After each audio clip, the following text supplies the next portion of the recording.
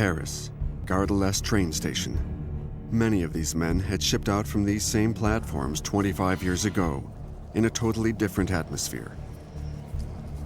In August 1914, they marched off to war in high spirits, with flowers in their rifles. But there are no flowers this time, and no rifles.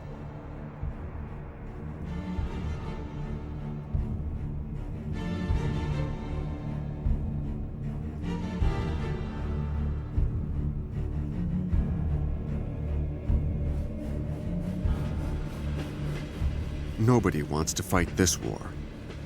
The government does some saber-rattling, but even their heart isn't in it. 4 million men are mobilized. Among them, movie stars like Fernandel. J'ai bouffé du cannibale, j'ai même digéré des balles, il en faut pour que je m'emballe, j'ai discuté. Most of them are farmers. France is still a largely rural country. They head for the German border on foot, with their officers following on horseback. At the time, armies still rely heavily on horses, and these are requisitioned throughout the country. Motorization has not kept up. Gaston Sirec, the driver of one of these outdated trucks with solid rubber tires, recalls. There was such a shortage of equipment. We had 1 rifle for 2 per truck.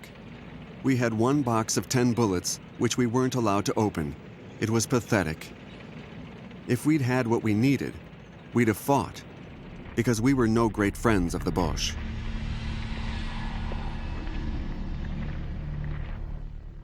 The Boche, pejorative nickname for the German soldiers during the previous war. Also named Krauts, Jerrys, Huns, Fritzes, Heinis, vert de gris, which in French means field gray, the color of their uniform that enables them to blend in with their surroundings.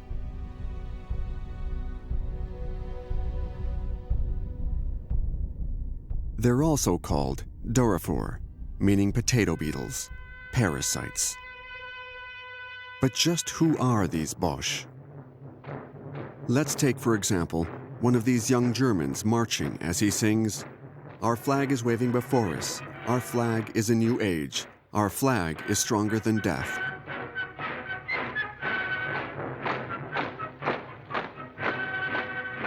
His name is August von Kaganeck. He writes, "I thought that a military career was the right choice. My parents thought so as well. My father would tell me, at least there you can still open your mouth and say what you like, and you don't have to do that Nazi salute." In September 1939, August von Kaganeck is still training to become a tank commander. My father, who was a general, was telling me, "The French have 40 divisions on the border. We have 15. All the rest are in Poland. 500,000 men against 200,000. They outnumber us 2 to 1.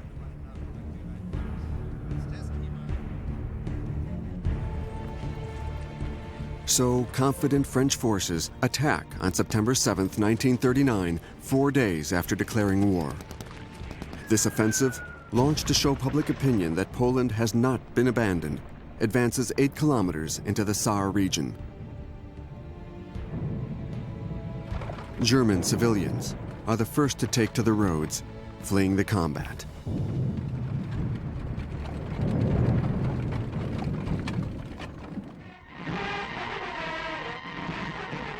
The French Army's cinema department shows off the spoils of war, bicycles.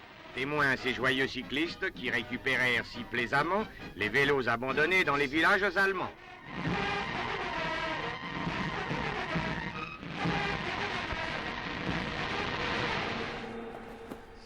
The Saar offensive stops there and degenerates into a series of skirmishes, raids by elite commandos led by the hero Joseph Darnaud, who receives the citation of Premier Soldier of France.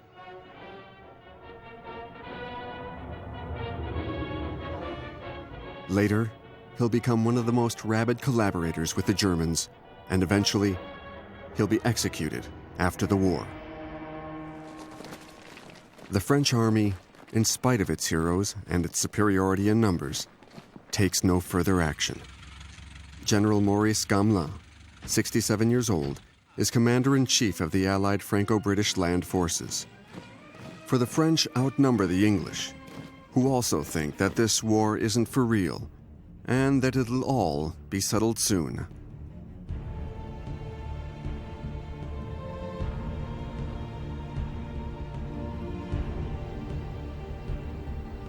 Gamelin himself has no desire to refight the War of 1914. He wants to avoid another bloodbath at any cost. He considers that he needs 2 years safe behind the Maginot Line in order to rearm the country. The Maginot Line is the work of a former Minister of War, André Maginot. This complex of fortifications was meant to stop the German enemy once and for all. It took 16 years to construct and swallowed up 1.5 million cubic meters of concrete and 150,000 tons of steel.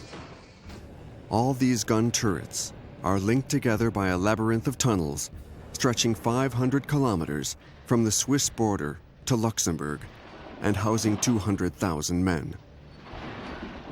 The Maginot Line ends at the foot of the Ardennes forest. The French military command thought that German tanks could never cross this extremely rough terrain.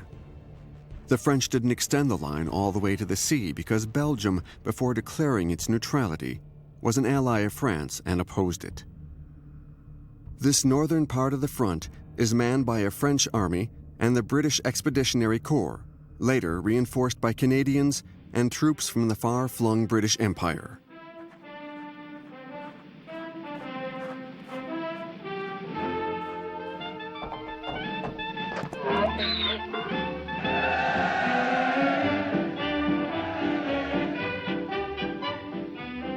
Their theme song is, "We're gonna hang out the washing on the Siegfried Line.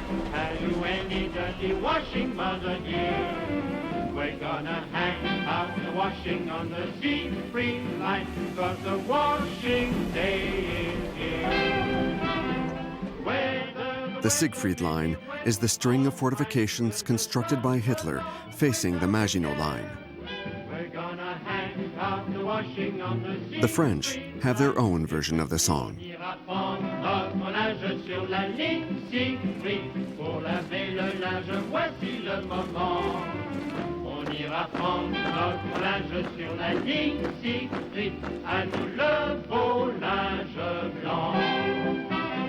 Les vieux mouchoirs et les chemises en papa. En famille, on lavera tout ça.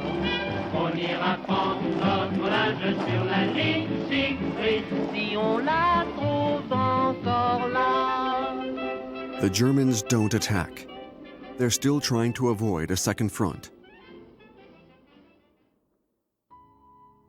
The French, nevertheless, take some precautions. They evacuate the population of Alsace and Lorraine to the regions of Périgord and Charente in the southwest.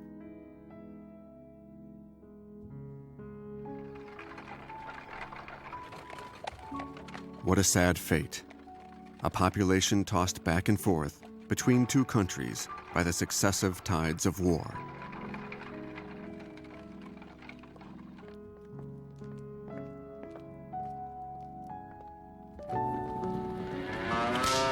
Sans oublier les pensionnaires du jardin zoologique dont le blanc est fier lama.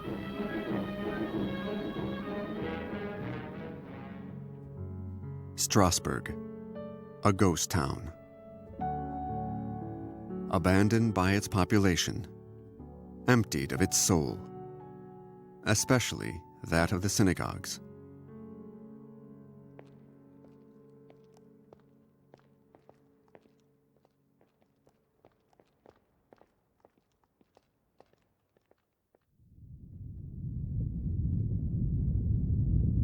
On September 20, Hitler orders the bombing of Warsaw. The city is surrounded, but still holding out.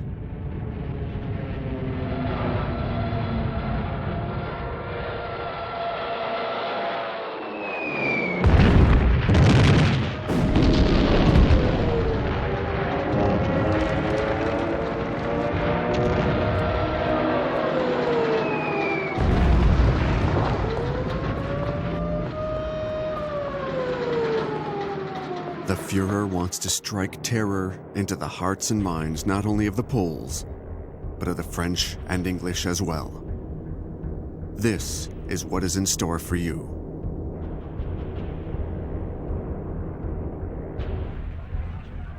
The world is horrified.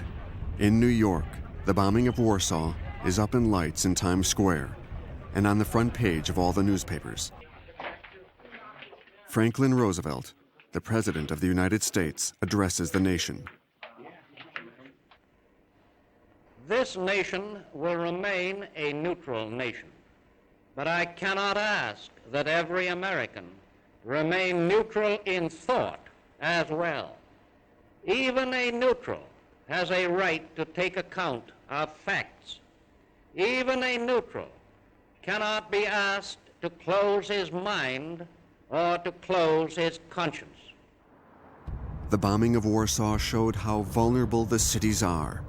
Paris sets about protecting its monuments and hides its museum's masterpieces out in the provinces. The Champ de Mars, at the foot of the Eiffel Tower, is dug full of bomb shelters, and there are frequent air raid drills.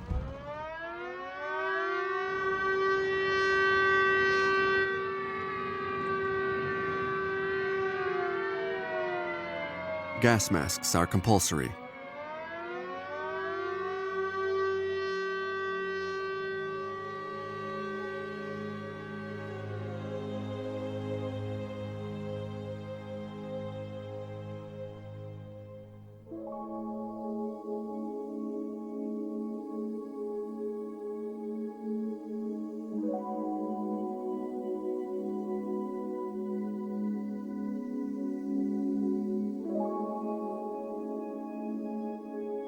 Poison gases were used in the First World War, and now everyone is afraid of them.